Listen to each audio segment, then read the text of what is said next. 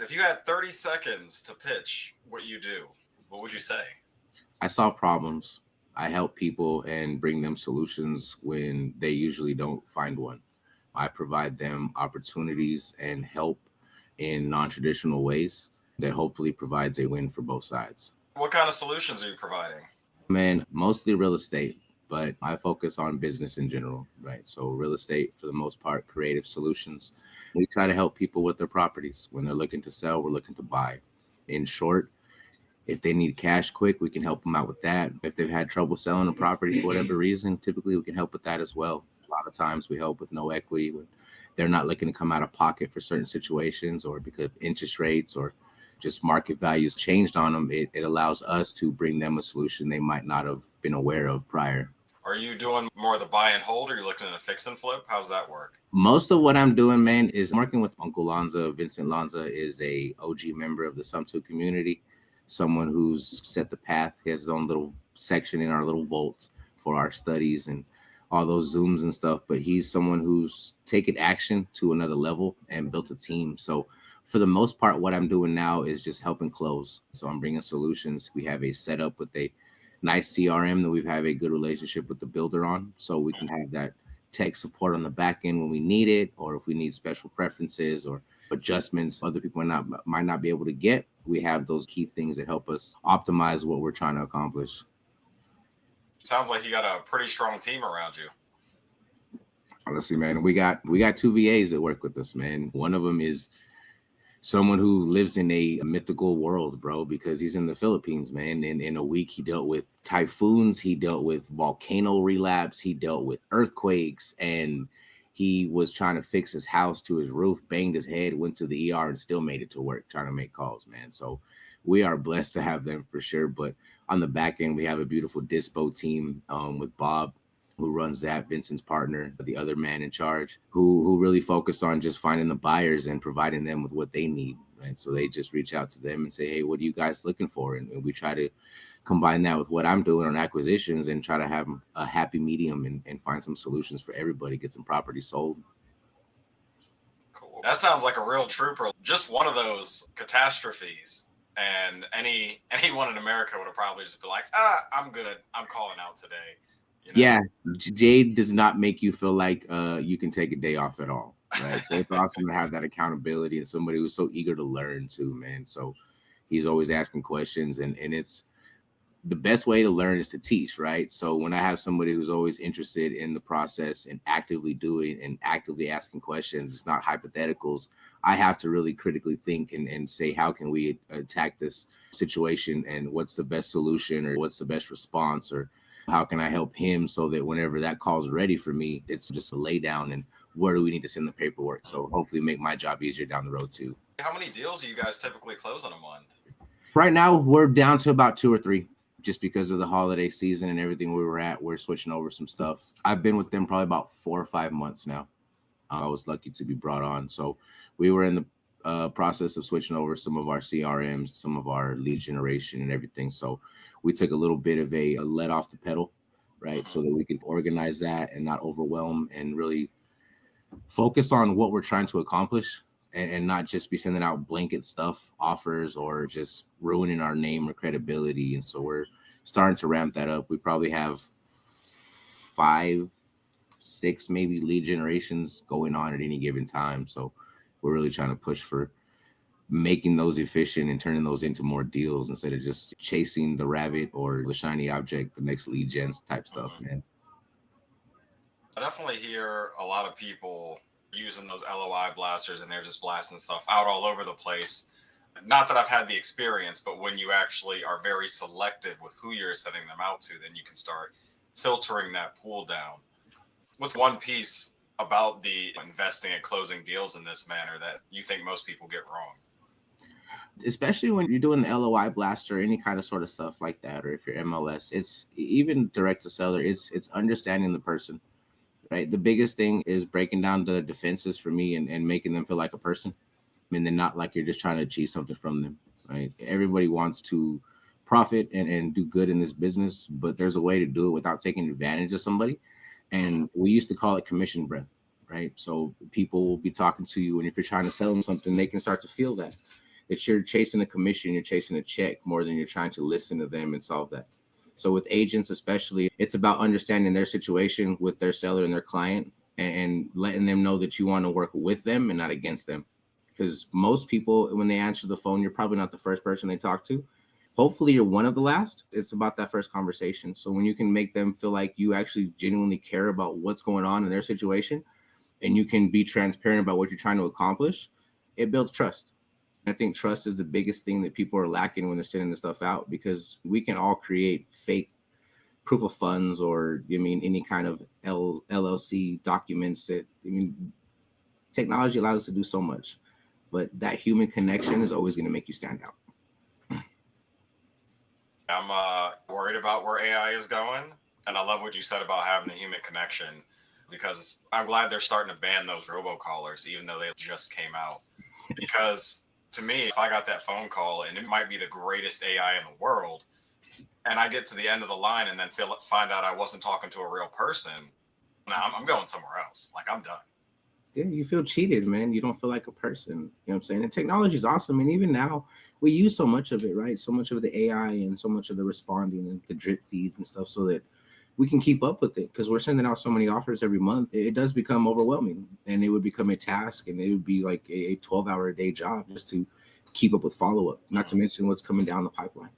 So even being transparent about that, we had glitches with our system when we switched it over, and it was sending a duplicate text. So let's say we sent out a message and there's a response. It was sending out that same first message, and you could obviously tell it was a glitch. You could obviously tell it was AI. And I would admit that. I would say, hey, look, we're switching over systems. I would love to talk to you in person so we can conversate and get down to the nitty gritty of what's going on. But it's not something you need to be scared of, something you got to embrace. But like you said, you can't let it take over.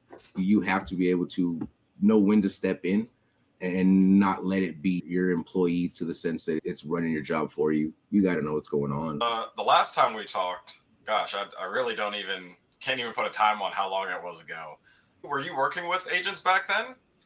I've been working privy for probably like the past 2 years, man. So I don't doubt it at all. I was focusing on privy because it was efficient for me. And it was like you mentioned a minute ago, when you're starting out and in your solo one-man team and stuff, it's hard to run an LOI blaster, or to even think about doing that, not to mention the capital it takes, or so much of that stuff. So for me, it was efficient to be able to get the information I needed as far as data and loan mortgages and interest rates and stuff like that, but not have to break my bank every month, especially when we're getting started. And like you said, I could pick and choose. I could look at the properties and be like, hey, this is worth me calling. And it's not just a blind offer sent by AI. And they'll know that when I call. So it was helpful to me. So I'm sure I was at that point, man. Agents are not my enemy. They're my friend, right? Nobody's perfect. No industry's perfect. There's always going to be crazy and bad ones. But if you can get a couple good ones, man, then you can build a team and really see some success from that. I would say one of the biggest divisions that could be in the real estate industry would be the investors and the agents just constantly fighting, which at the end of the day really doesn't make any sense to me, because yes, you're licensed, yes, we are not, but at the same time, we're still trying to help this person solve their problem. So are there any ways that you think we could navigate that?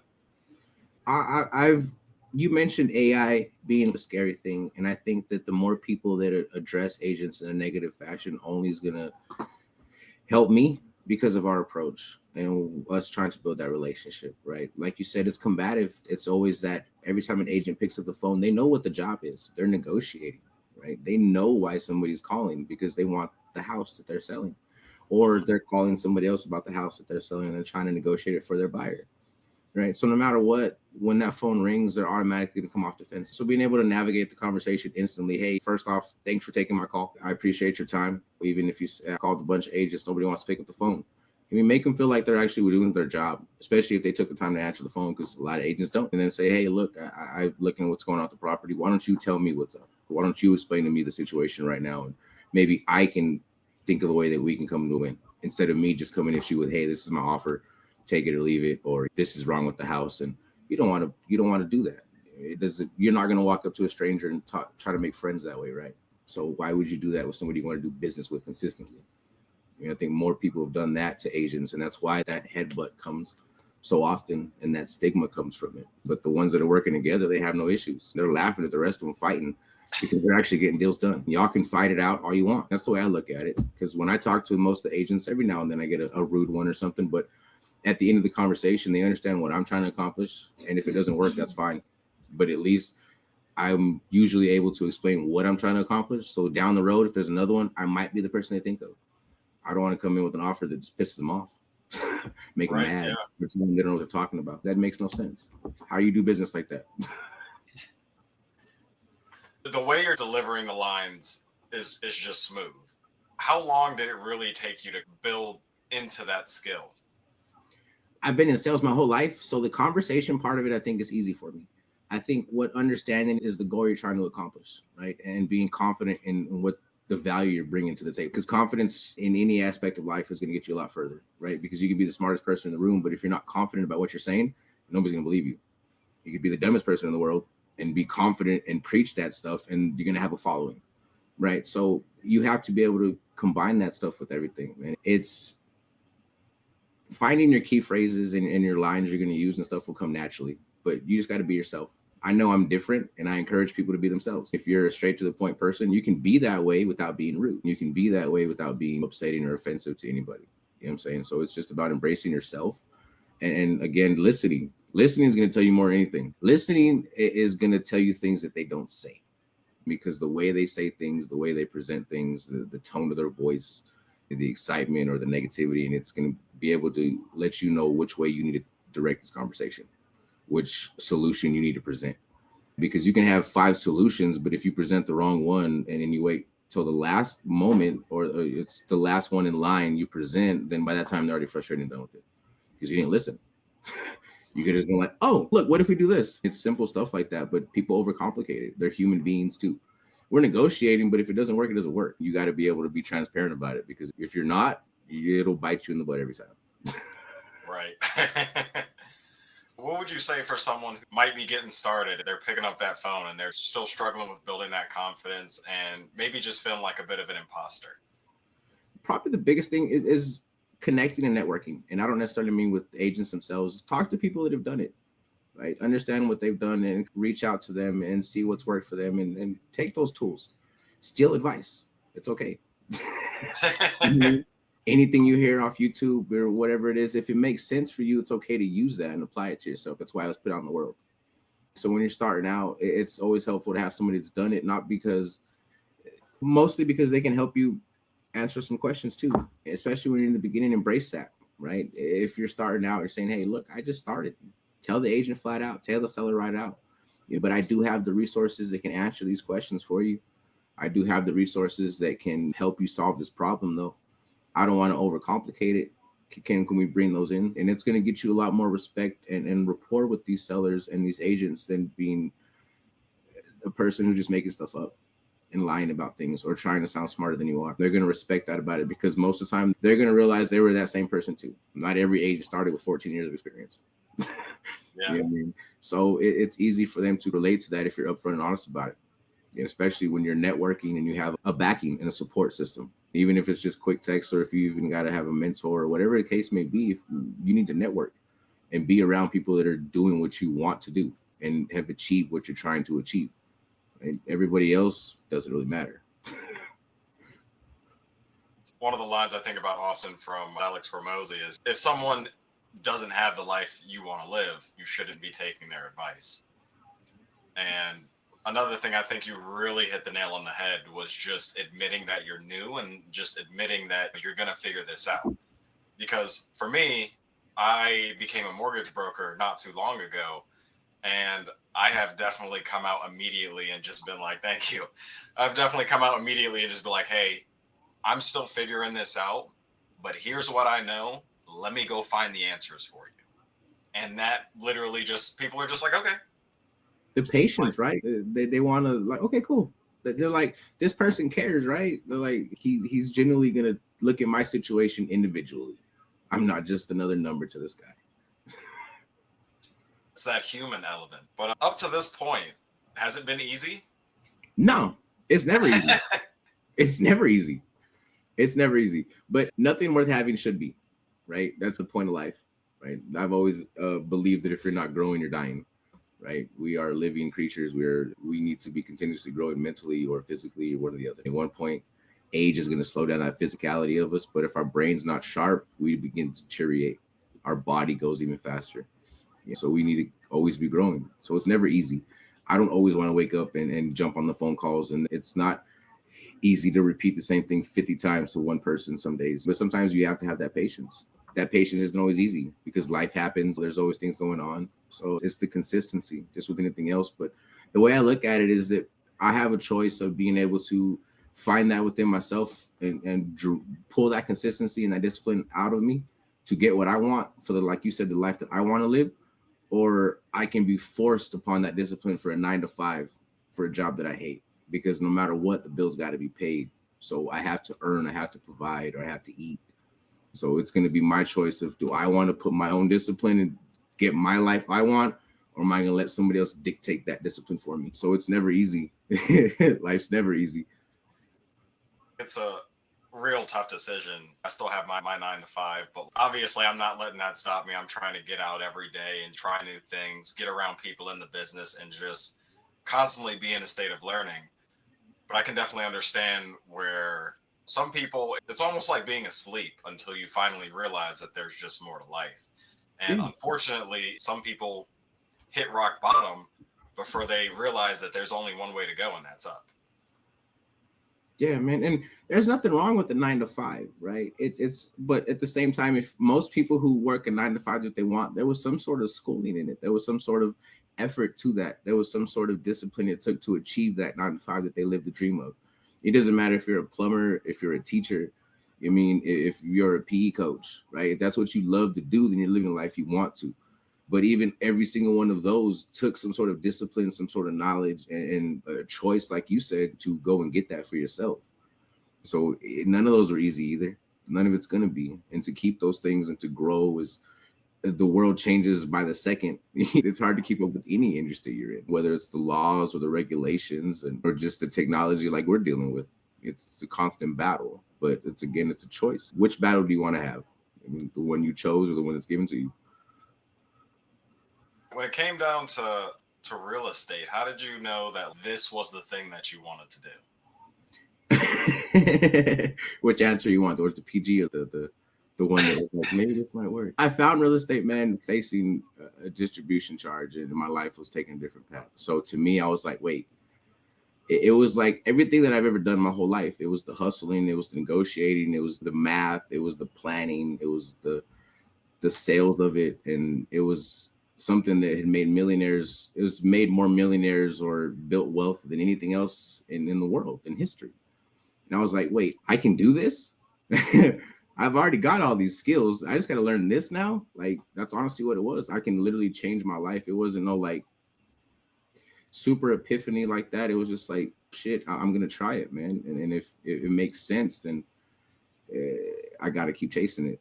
And especially in my situation where I was at, it was super small little town that was probably like maybe 24,000 people in the whole town. And it was poverty kind of thing. So people weren't fixing and flipping, and rents were crazy. This wasn't a good situation. So when I was able to accomplish that there, I was like, wait a minute, this is real. And that's what I was like, I can do this forever. Even now, I still run other jobs. I'll work a 9 to 5 once in a while and stuff like that and everything. There's nothing wrong with that. But it's all about that end goal. It's just the consistency.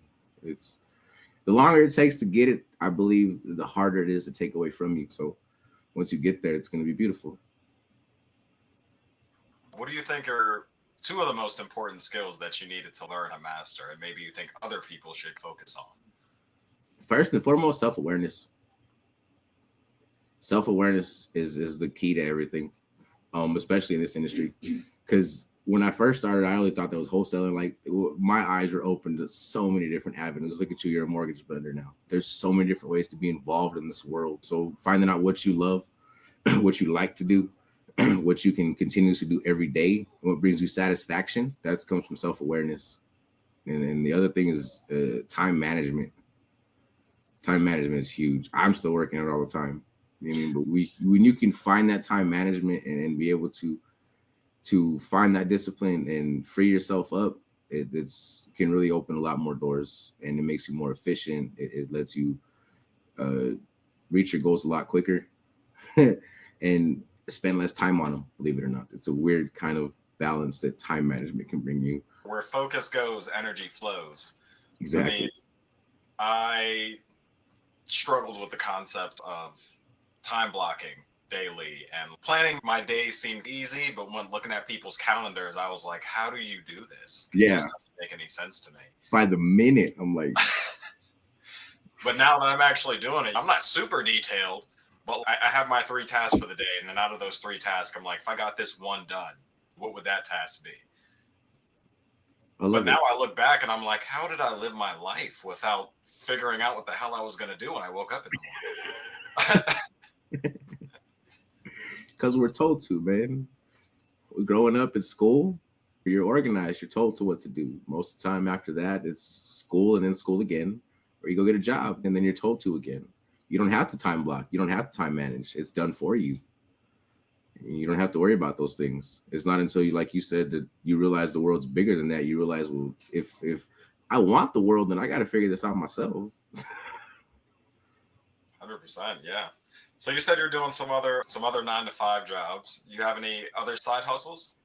Yeah, my rug business is awesome. I love making my custom rugs, man. That's been therapeutic and fun. It's something that's been awesome just to learn, to create, to draw. I call it my version of drawing because I'm not super great with a pen or paint and things of that nature. I got heavy hands, man. To be able to trace it out and watch that picture come to life or that creation and then carve it out and see the dimensions is super fun. Stuff like that is awesome.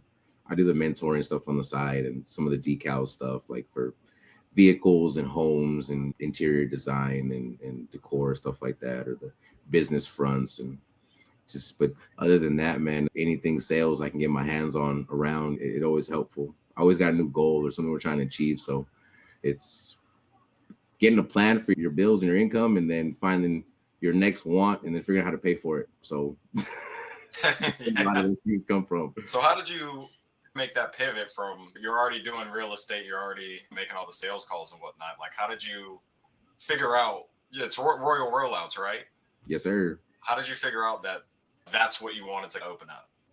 I study success, and it's very well known that people with wealth and extended wealth and generational wealth have multiple streams of income, multiple businesses, and multiple things they do. Man, I'm always looking for something different.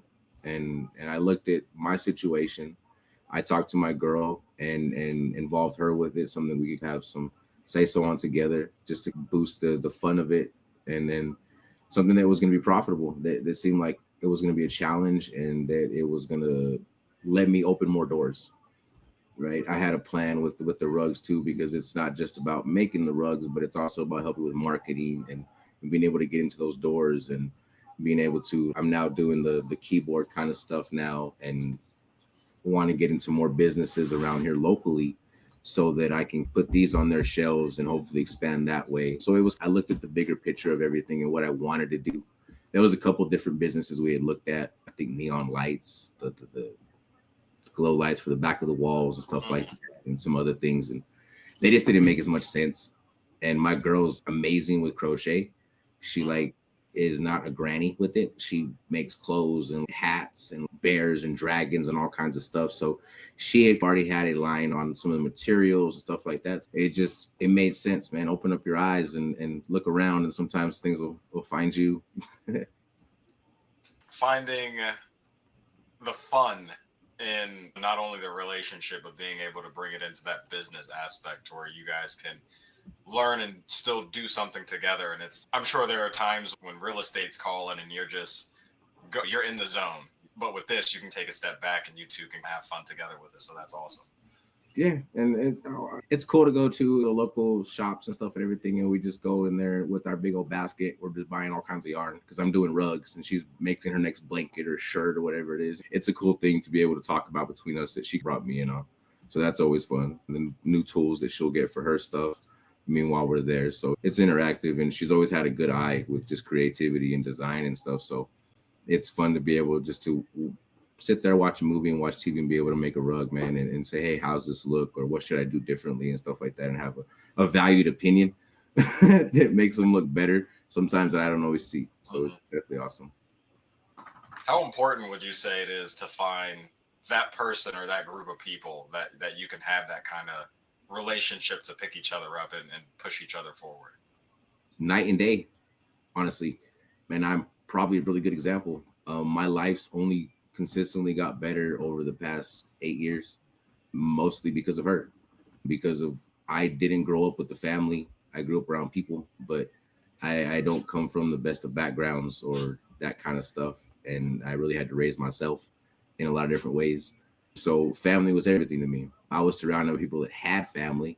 So it was a really weird situation. And up until that point, I was always somebody that excelled and stood out, but was never reaching their potential or never had any kind of motivation to do. But like the moment the people that I did care about or loved needed me, I could move mountains and make things happen that were just unexplainable for the time. And I could never seem to put that focus into myself or to business or to bettering the people around me.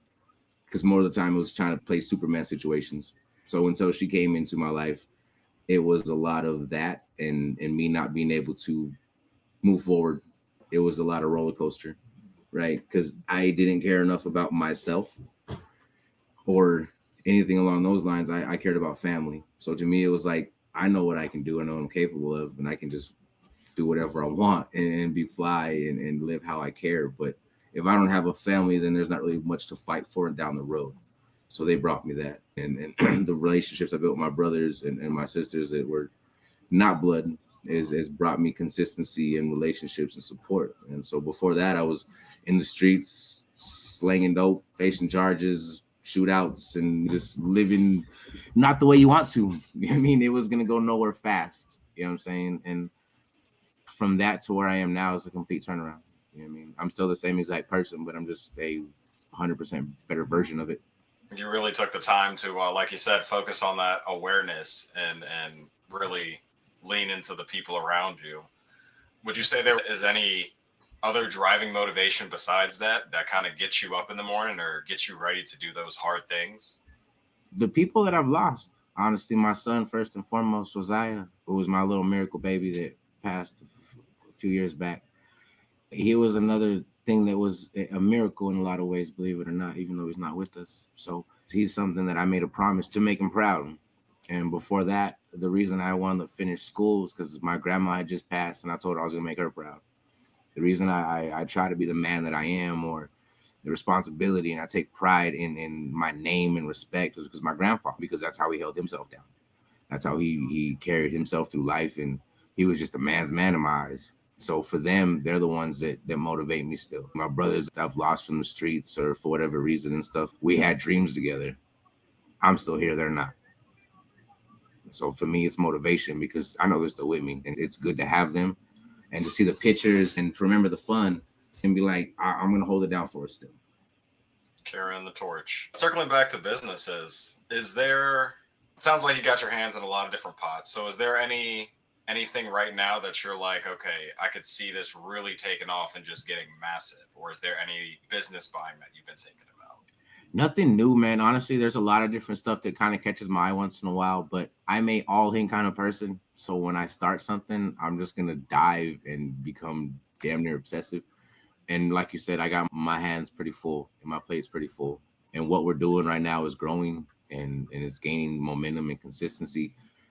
So when those things get to a point where they can take care of themselves, I'll find something else. But I haven't actively been looking because if I actively look or pay attention like that, then I will get stuck and I will want to chase it. And I'm happy with where we're at with what I have going between the rugs, the real estate, and the other jobs and stuff, the home. That's very important to be able to make time for that. And anything else I add to the plate just takes away from all those other things right now. So for me, I'm chilling for the next probably year or so. There's always that question of, is this enough? And once you hit that point where you thought it was enough, you're like, okay, I could have more. And so it really sounds like you're just like, hey, I hit that point where I've got enough. Yeah, I could go get more, but look what I have. Yeah, appreciation is a big thing, man. And you can't lose sight of it. And you can't be that person that has $40 billion and no family and people hate you, and you're like, oh goodness, maybe I should have spent a little more time with some other things, man. And as if you're really doing business, you're really growing, and it'll eventually take care of itself, and you're gonna get bored with it. Not because it's boring, but because you don't have nothing else to do because it's running itself. So those are the times that I think you're supposed to go out and say, hey, what's next? You got to keep growing, but being satisfied is a beautiful thing too, with what you have. Which of your personal values do you think guide you the most in your decision making? Hmm, that's a good one. Honestly, respect, I think. Respect's kind of the root of everything. And it's one of my main guiding points for all my decisions. Yeah, I've not always been the best of persons because I didn't have to. I've never done some things I'm not proud of, but there was always a reason behind it, I guess you could say, for my justification. But what I guess I'm getting at is that at the end of the day, I was doing things for respect for my family, for those certain things. I take a lot of pride in my word, and I take a lot of pride in people being able to speak well about me, and people that don't even like me, they can't say nothing bad about me. And if they tried, they'd probably be laughed at for the most part.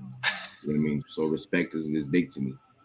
I take a lot of pride in that as far as my personal morals, man. Respect comes with loyalty too. You can't have respect and earn respect and treat people with respect if you're not loyal to them. You know what I mean? To me, it feeds into everything else. Was there a time coming up that maybe you had all these dreams, but other people were putting you down? As far, I think more of that was as a child, just because of trauma and stuff like that. Hmm. But that was around middle school. I understood that I wasn't gonna live like that no more and be treated as such, and life changed for me at that point in a lot of ways. For business, I'm just a ghetto kid that looks like this and tattoos and an accent and things of that nature. So to a certain level, I don't expect respect from people who don't know me.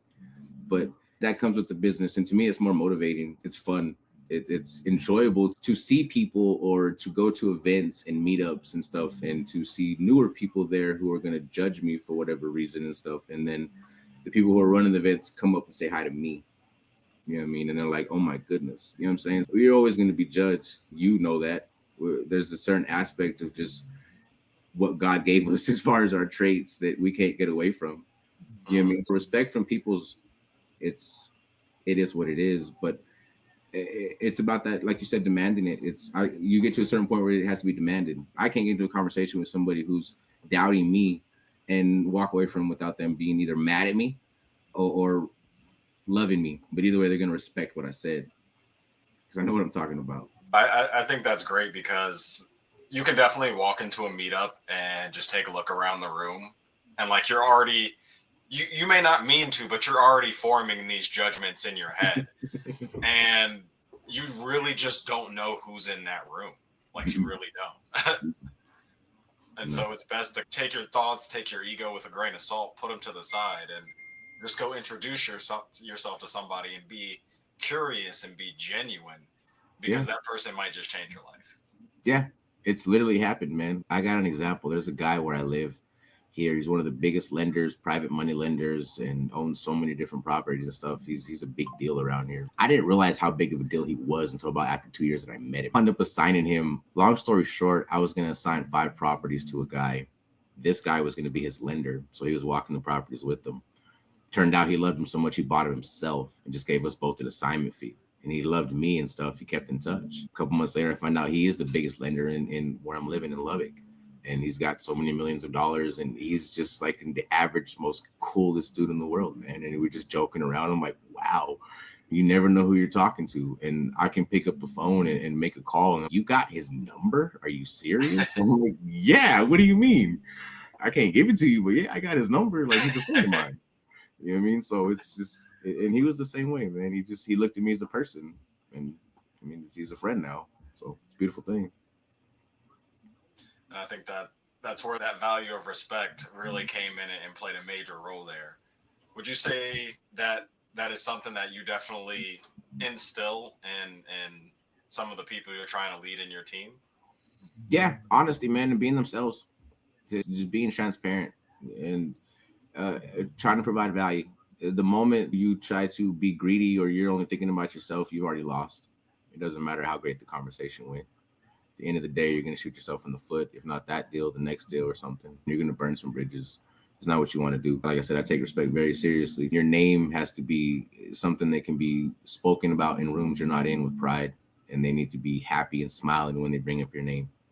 Yeah, that's one of the main things. Just be honest, be yourself. We're all different, and good people are going to embrace good people. Find your tribe. Your vibe attracts your tribe. Getting into real estate, I didn't realize it at first, but as time went on, I realized how small of a circle it actually is. Everybody knows everybody, not just in your market, of course, everybody knows everybody. Beyond that, there are so many relationships that just get formed that your reputation is always on the line. And Mm-hmm. so it's at some point you can try to be shady, you can try to go around people, you can try to just be disgenuine or dishonest, but you can't hide it forever. Mm-mm.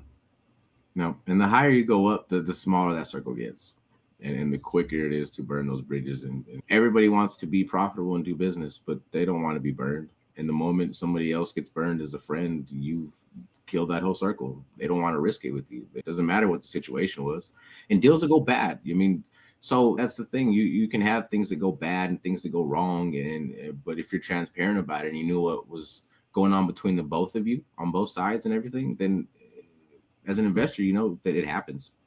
Sometimes you just take a loss. That's just the truth. But you can bounce back from those and then honestly grow stronger from those because they were like, all right, this is how he handled a bad situation. Let's get a good one going. Yeah, most definitely. Because there's a huge difference between something breaks and one person is just, I'm going to go hide in the corner and walk away from this. And then the other, or something breaks and then you go, how the hell do I put this back together? There's a total, completely different thing there. When someone comes in and you're trying to put that back together versus walking away and trying to find a way out, it's, I feel like that could build you up more than if Yeah. it had not broken in the first place. Yeah. It shows your character. It shows what you're going to do under pressure because everybody can be your best friend when it's sunny outside, but who's going to help you when it's raining? You know what I'm saying? So if you have to go through them situations, you still got to be honest because again, the next person can be like, all right, what happened in the situation? Okay, y'all lost money. This is why y'all lost money, or this is why it went bad. There's nobody's really fault. It just happens. It happens. It's business, right? This is the new deal. Let's look at all the factors. They might be willing to take a risk on you, right? But if you did something shady or you hid something, they're not gonna want to talk to you. My mom used to say, everything you do in the dark will eventually come out of the light. Yes, sir. Always, That always. is why I'm always so careful about whatever I do. I'm like, if I do this one thing, am I okay? If I was on camera right now and the world was watching me, would I do this thing? Mm-hmm. And Yeah, that's how I make a lot of my decisions. yeah, yep. That respect, man. Like I was talking about, you care about the way you're viewed, not because it's a vanity thing, but because you care about yourself. You want to be able to look yourself in the mirror. And somebody might not always like you, but what they say doesn't matter when you know what's real in your heart. Yeah, at the end of the day, no matter how big you get, you're gonna have people that have that negativity towards you. Eventually, you're gonna have this stack of evidence that proves them wrong, especially if you just held true to your character. Yes, sir. Yes, sir. Every time. Have you had any mentors that have guided you along this path? Real estate, probably Pace has been awesome. And I will use that one for the most part. I've had people I've gained guidance from and learned a few things here and there, but nobody really long term that I can think of off the top of my head. And if there is, I'm really sorry about that. Nah, man. Like I said, I've worked with people and I've learned from them. Like Cheyenne Armstrong, she's taught me so much from the TC side. My partner, Lorenzo Benya, he's in Albuquerque. I'm over here in Lubbock. We have a property in Slayton together.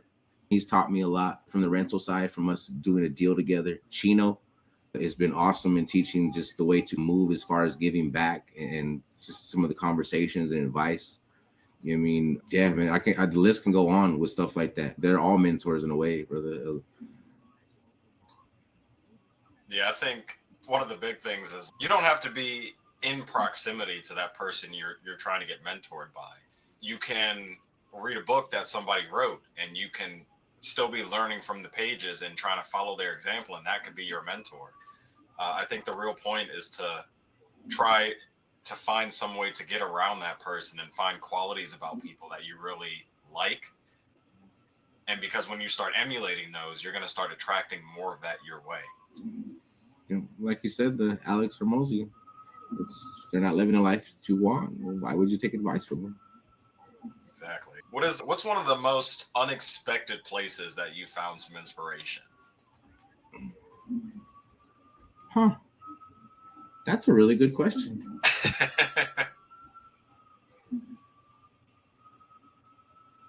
I don't know. It's gonna sound cheesy, but I grew up super negative in a negative world, and my mind state was just negative, super pessimistic, and I'm still working on a lot. So I try to look at the positive, the best I can, in all situations, and see how it can influence me in a positive way.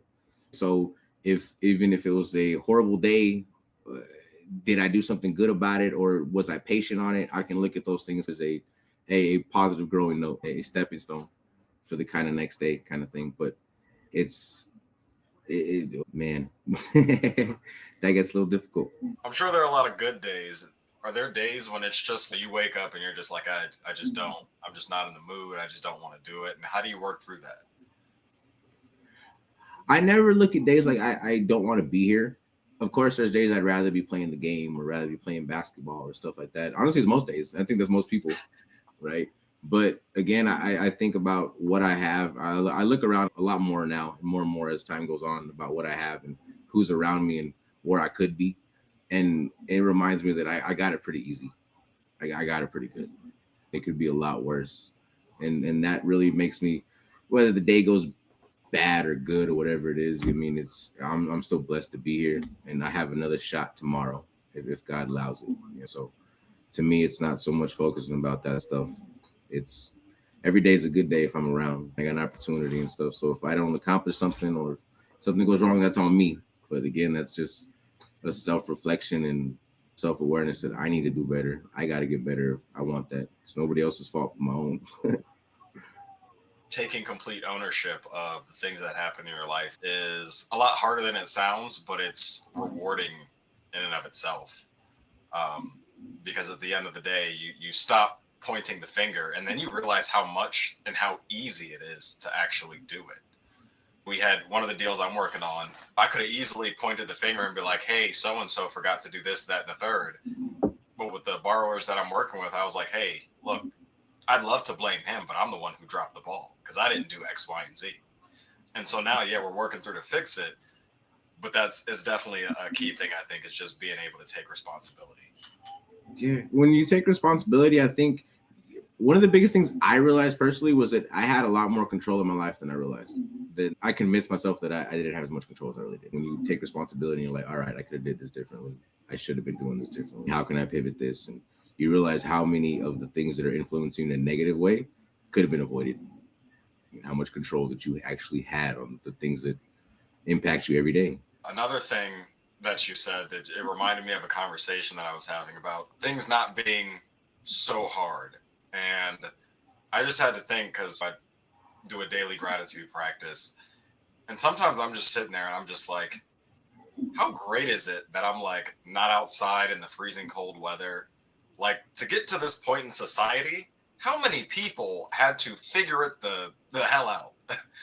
Yeah. And just much worse times and just we are blessed and very lucky to be living in the time that we are living in. And I just think that everybody should really just take a moment to sit down and appreciate it. Yeah, most definitely, man. Like that's definitely deeper than even I go, and that's beautiful because you're right. We have so many conveniences that even our parents didn't, our grandparents didn't, and the further you go on, the worse it got. We don't realize how easy we got it on the day to day. We can go flick a light for the most part, even have it or running water, little things like that, man. Even just a few countries over, it won't have on the regular basis when they should. Like it's things like that nature that can really help you. It's not that bad. Through all this, is there a legacy that you're hoping to leave behind when all is said and done? Anything's possible.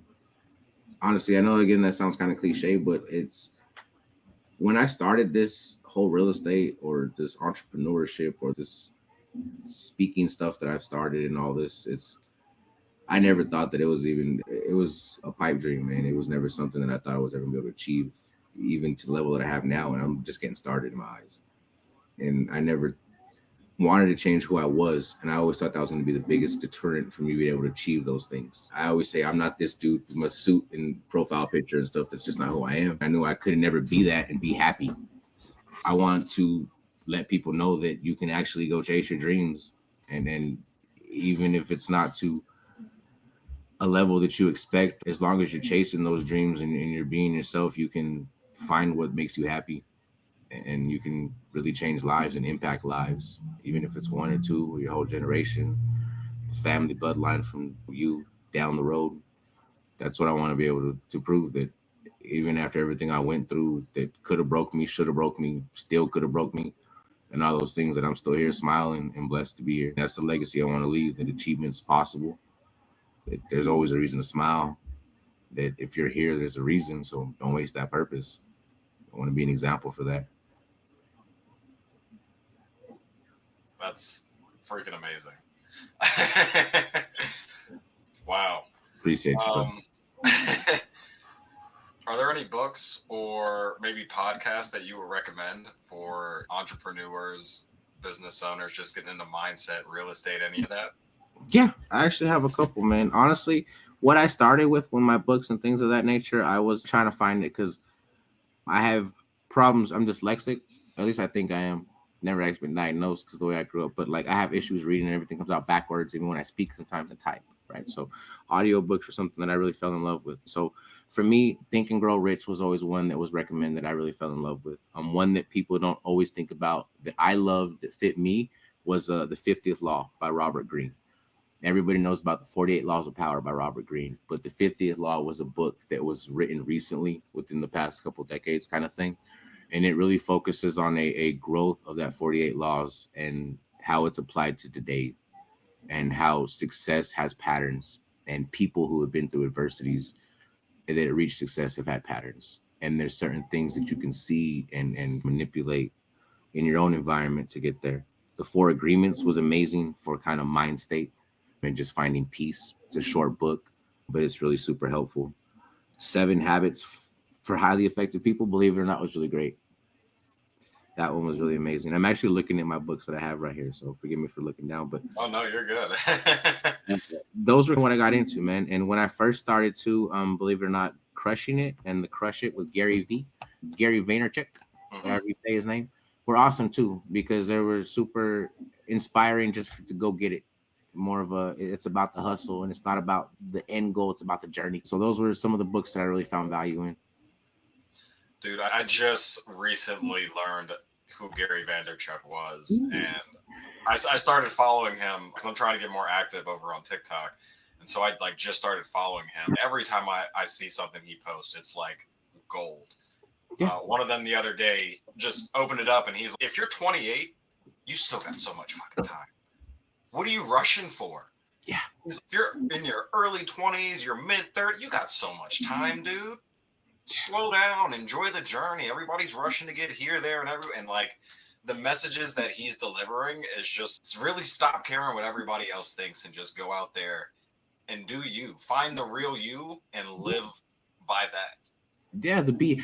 I don't know many millionaires or people that have aspirations to buy a football team that are happy going up to a garage sale to find a toy that he can sell for $20 more than he bought it for on Amazon.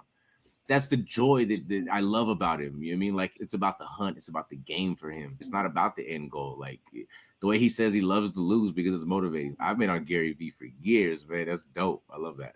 Willie, this has been a freaking awesome conversation. Bro, thanks for coming on. I'm so glad to have got to have this connection with you again. Where can people go to find out more about what you're doing, the projects you're working on, and just connect? Facebook and Instagram, man. Willie Najar on Facebook, Drew underscore Sue underscore at Instagram. That's DRU underscore TZU underscore. If you need help with deals, anything like that, reach out to lonzopartners.com. We can help you close your deals, get your deals dispoed, anything like that. If you need help with rugs, something like that along the custom lines, Royal Rollouts, Facebook and Instagram, man. That's the best places to find me.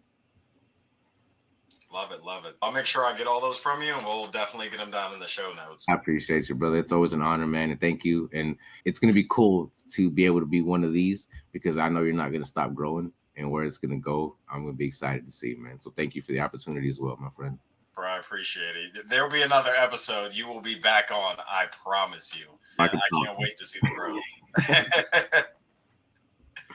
So I appreciate you, brother. Thank you for tuning into this episode of Zero to Growth with Willie Andrew Najar. What a great guest we had on today. If you guys want more of him, want to go connect with him, make sure you check the links down in the show notes. And if you got value from today's episode, please make sure to like and subscribe. It helps people find the channel and helps us bring you more valuable content. Until next time, keep growing.